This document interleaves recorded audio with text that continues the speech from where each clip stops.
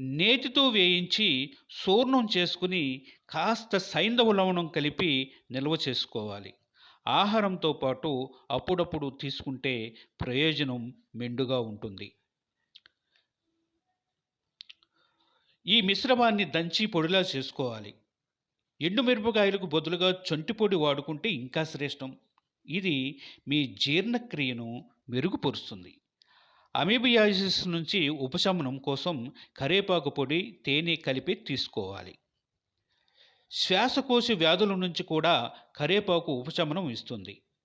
రాత్రి భోజనంలో కరేపాకు చూర్ణం కలిపి తీసుకున్నా లేదా విడిగా తీసుకున్నా దగ్గు, జలుబు, ఉబ్బసం వంటి వాటి నుంచి ఉపశమనం లభిస్తుంది.